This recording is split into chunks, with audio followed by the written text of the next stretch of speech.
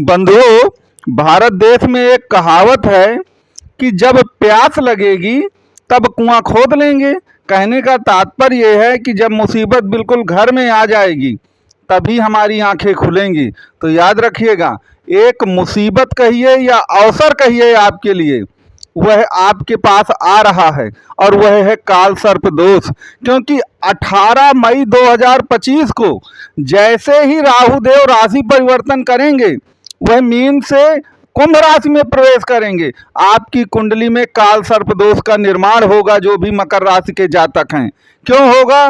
क्योंकि उस समय आपके राहु देव कुंभ राशि में रहेंगे और केतु जो हैं वो सिंह राशि में रहेंगे, और सारे ग्रह जो हैं, अन्य जितने भी 7 ग्रह हैं, वह सभी के सभी इन्हीं राशियों के मध्य में रहेंगे और काल सर्प दोष का निर्माण होगा।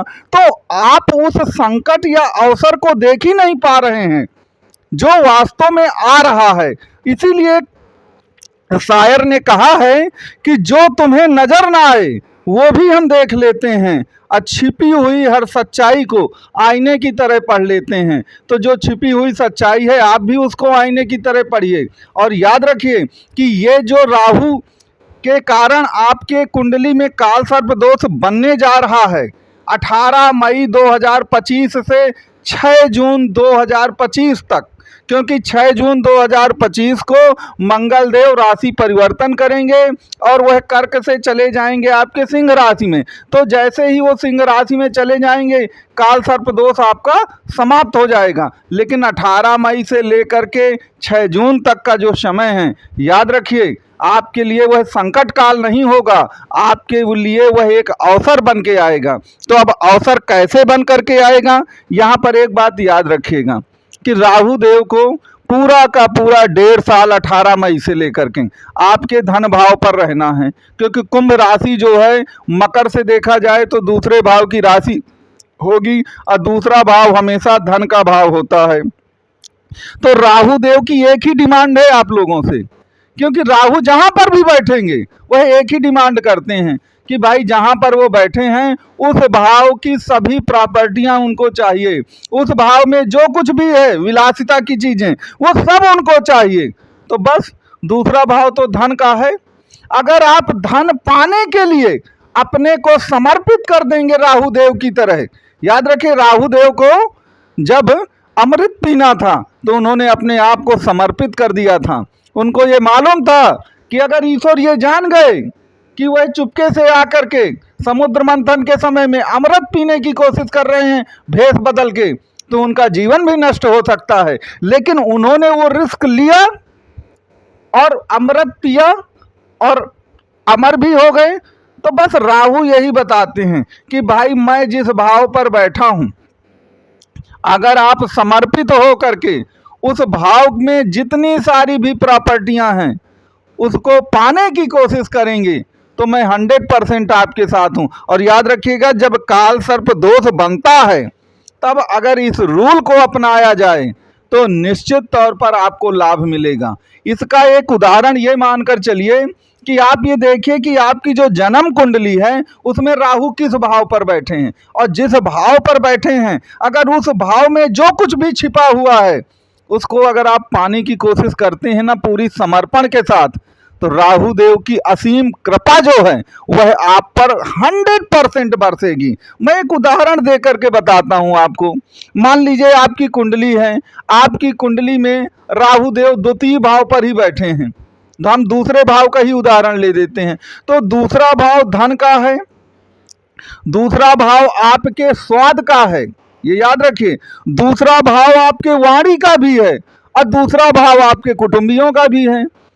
तो अगर आप धन कमाने के लिए अपने जीवन को समर्पित करते हैं तो राहु देव आपके साथ हैं, और राहु देव कुछ ना कुछ रिस्क भी लेते हैं, ये भी ध्यान दीजिएगा।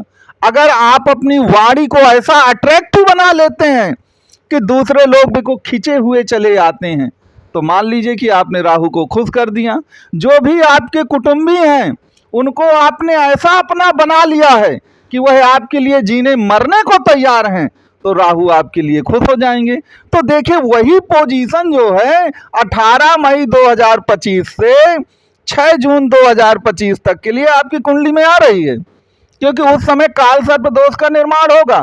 अब काल सर्प दोष क्या है?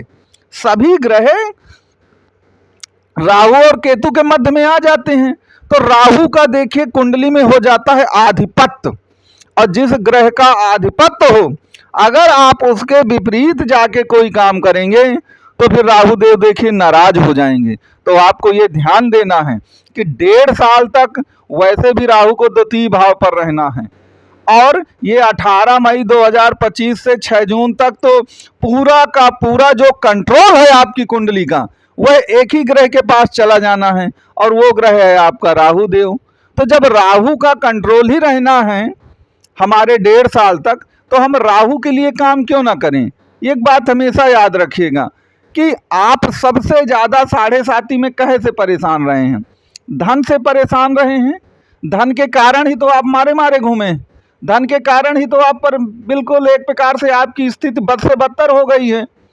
तो अब राहु देव आ गए हैं आपके 18 मई 2025 से आ जाएंगे कहे में आपके धन भाव पर। तो बस अब काल सर्प दोष का निर्माण भी होना है, तो बस आपको अपने आप को समर्पित करके काम करना है। अब कुछ लोग तो कह देंगे कि महाराज ठीक है, गोचर में तो आ रहे हैं राहु देव द्वितीय भाव पर, कुंभ राशि द्वितीय भाव की राशि धन भाव की राशि पर जाएगी, लेकिन हमारी जन्म कुंडली में तो राहु देव इस स्थान पर बैठे हैं, कोई बताएगा चौथे में, कोई छठवें में, कोई 8वें में, कोई 12वें में, कोई 10वें में। तो हम क्या करें आखिरकार? तो एक चीज याद रखिएगा, गोचर का लाभ आपको मिलता ही मिलता है। तो गोचर के अनुसार आपको धन कमाने के लिए बिल्कुल समर्पित हो जाना है, और धन कमाने के लिए राहु की तरह समर्पित होना चाहिए। अब आप कहेंगे राहु की तरह कैसे समर्पित हों? तो देखिए राहु को साम दाम दंड भेद सब आता है, तो पैसा कमाने के लिए इस जीवन में व्यक्ति को सब करना भी पड़ता है।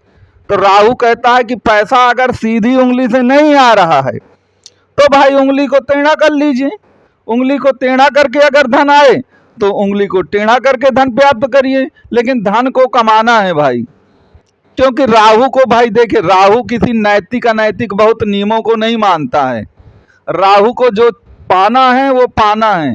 राहु इस दुनिया में कलयुग में आया है तो ये सोच के आया है कि मैं इस जीवन के सभी भोग को भोगने आया हूँ, और धन के बिना आपके जीवन में कोई भोग नहीं भोग सकते हैं आप। तो जो अवसर आपको मिल रहा है काल सर्प दोष का और आगे 1.5 साल का राहु रहेंगे, याद रखिए वह आपके लिए एक संकट काल नहीं बल्कि मुक्ति काल का समय है। और निश्चित तौर पर राहु का ये जो गोचर है वह आपके समस्त जीवन को बिल्कुल बदल के रख देगा और धन की कोई कमी नहीं आएगी। तो बंधुओं, आपको वीडियो जरूर अच्छा लगा होगा, कमेंट बॉक्स में आप जरूर बताइएगा।